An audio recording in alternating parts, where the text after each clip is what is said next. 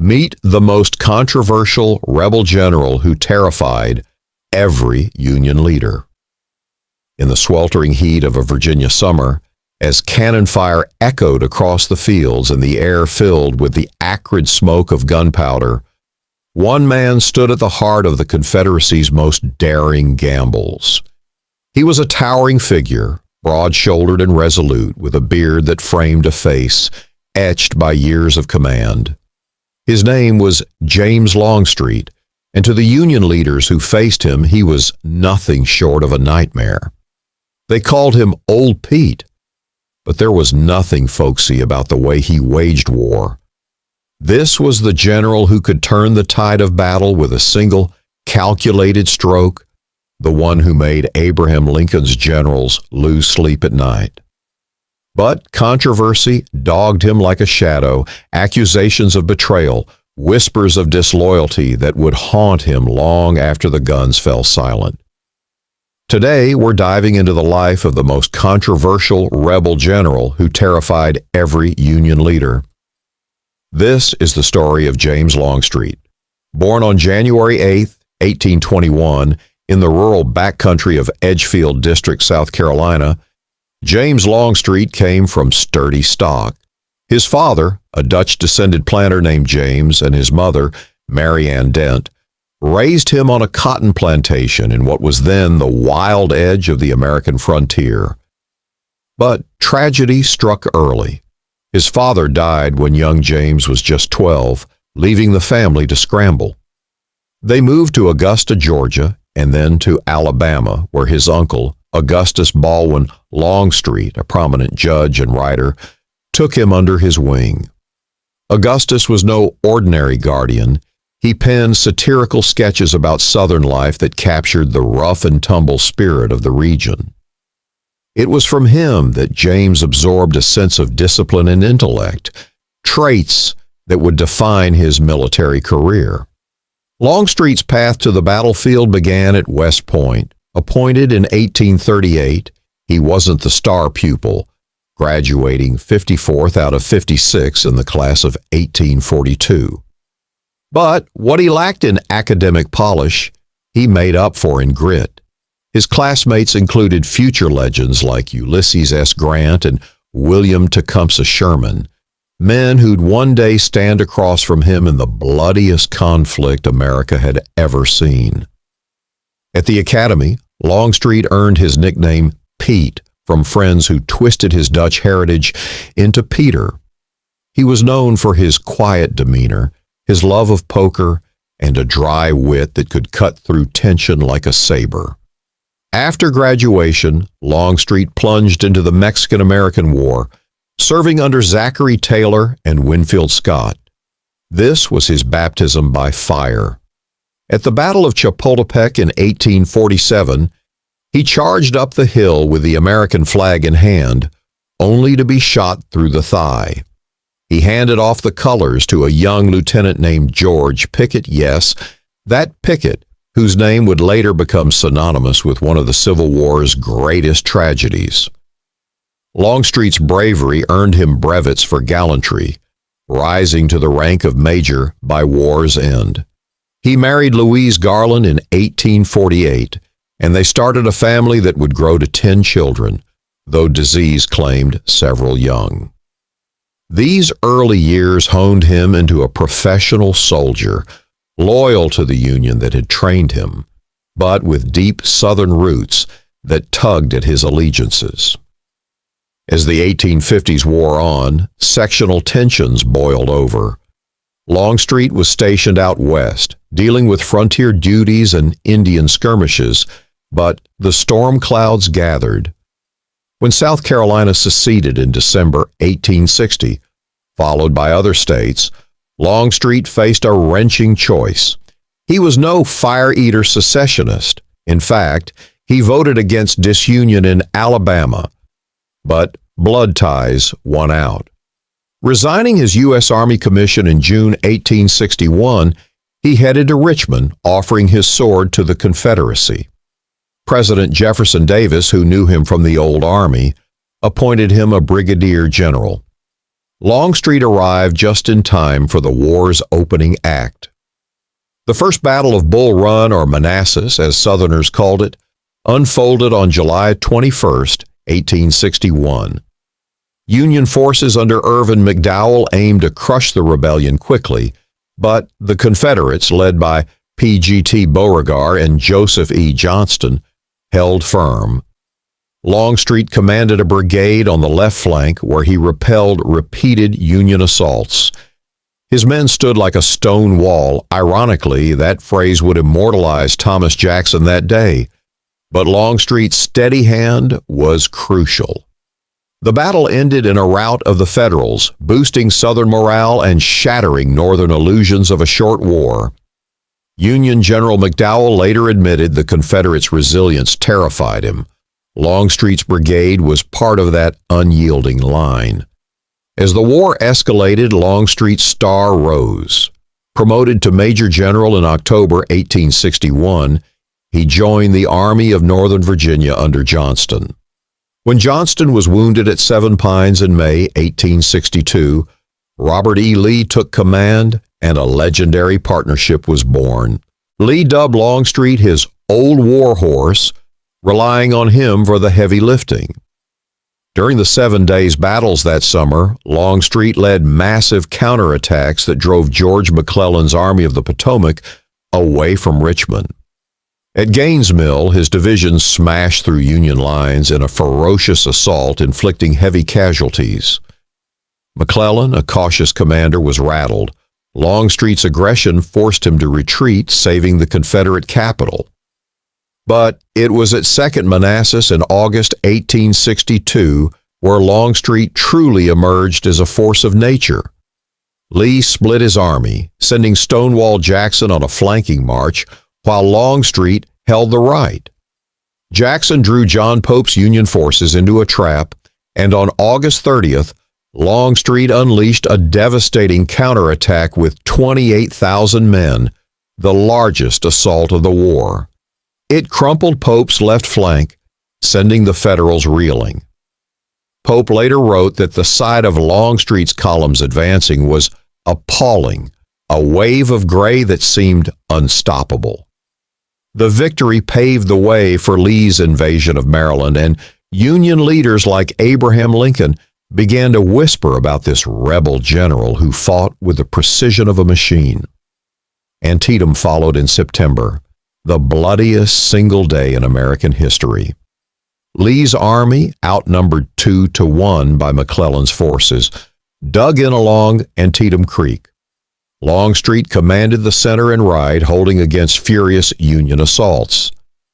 At the Sunken Road, later called Bloody Lane, his troops mowed down waves of bluecoats, creating a ditch filled with the dead. When the line finally broke, Longstreet personally rallied his men, even manning a cannon himself. McClellan hesitated to press his advantage, later citing Longstreet's stubborn defense as the reason. The battle ended in a tactical draw, but it gave Lincoln the opening to issue the Emancipation Proclamation. To Union generals, Longstreet was becoming synonymous with unbreakable resolve. His name alone could chill the spines of Northern officers planning their next move. Fredericksburg in December 1862 showcased Longstreet's mastery of defense. Positioned on Marye's heights, his corps fortified the position with stone walls and artillery. Ambrose Burnside's Union army charged across open ground, wave after wave cut down by concentrated fire. Longstreet's men inflicted over 12,000 casualties while suffering fewer than 5,000. Burnside was shattered. He wept openly at the slaughter. One Union soldier recalled the rebel lines as a sheet of flame, with Longstreet orchestrating it all. This battle cemented his reputation as the Confederacy's premier defensive tactician. Lee trusted him implicitly, and Union leaders dreaded facing him. Yet, even as victories mounted, cracks appeared. Longstreet chafed under Lee's aggressive style at times, preferring calculated risks over bold strokes. This tension simmered until Gettysburg in July 1863, the war's pivotal clash. Lee invaded Pennsylvania seeking a decisive win to force peace. On July 1st, fighting erupted, and by evening the armies converged. Longstreet's corps arrived late on July 2nd after a grueling march. He urged Lee to maneuver around the Union left, flanking George Meade's Army of the Potomac, and forcing them to attack on ground of Lee's choosing. But Lee insisted on assaulting the entrenched Federals. July 2nd saw Longstreet launch attacks on the Union left at places like Little Round Top and the Peach Orchard. His men nearly broke through with fierce fighting that left the field strewn with bodies. Joshua Chamberlain's defense of Little Round Top became legend, but Longstreet's pressure was immense. Meade later admitted it was the closest the Union came to collapse. That night, Longstreet again pleaded with Lee to withdraw and reposition, warning that attacking the Union center would be suicide. Lee overruled him, ordering the infamous Pickett's Charge on July 3rd. Longstreet reluctantly oversaw the assault. 15,000 Confederates advanced across a mile of open field into withering fire. It was a catastrophe. Half were cut down, including Pickett's division. Longstreet watched in horror, later writing, "My heart was heavy. I felt that the charge was unnecessary." The failure marked the high water mark of the Confederacy. Lee retreated, his army mauled. Union leaders rejoiced, but they knew Longstreet's counsel, if heeded, might have changed everything. Meade pursued cautiously, wary of the old war horse even in defeat. Gettysburg's aftermath poisoned Longstreet's legacy in the South, lost. Cause advocates who romanticized Lee as infallible blamed Longstreet for the charge's failure, accusing him of deliberate sluggishness. But contemporaries knew better. Lee himself took responsibility, saying, "It's all my fault." Still, the whispers began, fueled by jealousy from generals like Jubal Early. Longstreet's reputation as a traitor in gray started here, though at the time, he remained Lee's most trusted subordinate. Detached to the Western Theater in September 1863, Longstreet reinforced Braxton Bragg's Army of Tennessee at Chickamauga. Arriving just in time, he led a breakthrough on September 20th, smashing through a gap in the Union line created by a mistaken order from William Rosecrans. His attack routed half the Federal Army, forcing them back to Chattanooga. It was the Confederacy's last major victory in the West, and Rosecrans was relieved of command. Grant, now in charge, later reflected on Longstreet's impact. "He was the hardest fighter we faced." But Bragg squandered the win, besieging Chattanooga instead of pursuing. Longstreet urged an assault, but Bragg dithered, allowing Grant to reinforce.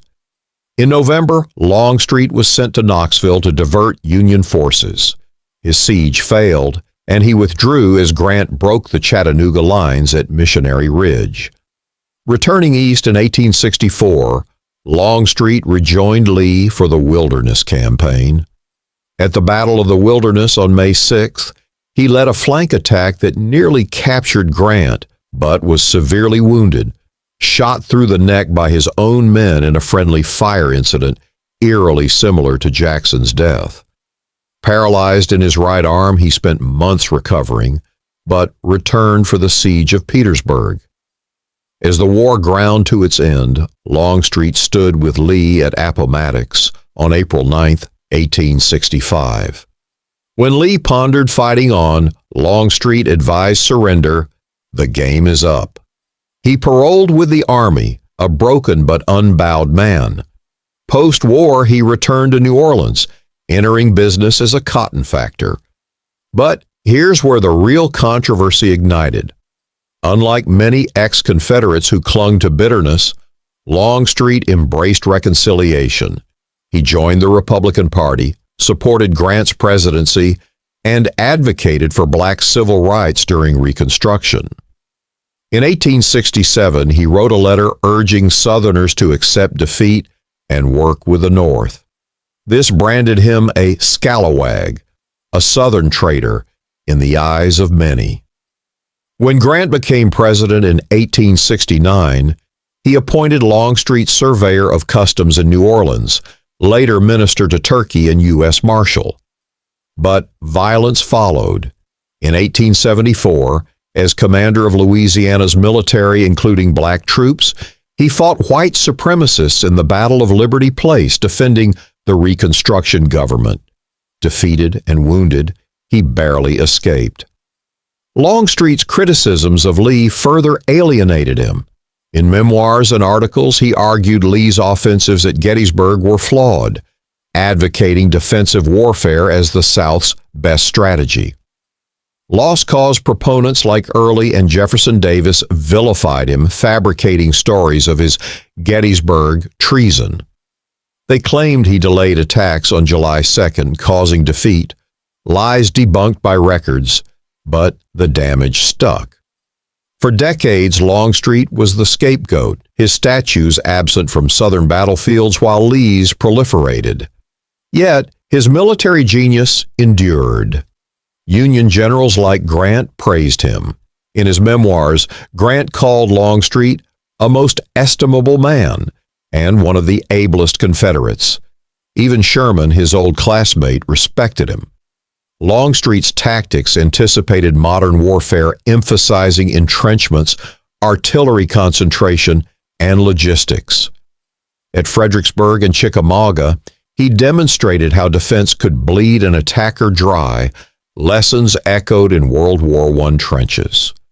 Personal tragedies marked his later years. A fire in 1889 destroyed his Georgia home, including irreplaceable papers. His first wife died in 1890 after 42 years of marriage. In 1897, at 76, he married 34-year-old Helen Dortch, a fiery suffragette who defended his legacy fiercely. They lived quietly until his death on January 2, 1904, from pneumonia complicated by old wounds. Blind in one eye and hard of hearing, he converted to Catholicism late in life, finding solace in faith. Today, historians have rehabilitated Longstreet. Books like Jeffrey Wirt's General James Longstreet, the Confederacy's most controversial soldier, paint him as a pragmatic visionary ahead of his time. The lost cause myth has crumbled, revealing how politics distorted history. In 1998, a statue finally rose at Gettysburg, honoring the man who tried to avert disaster. Union leaders feared him for good reason. His battles cost them dearly in blood and morale. But his true controversy lay in his post-war choices. A Southerner who chose unity over division, progress over nostalgia.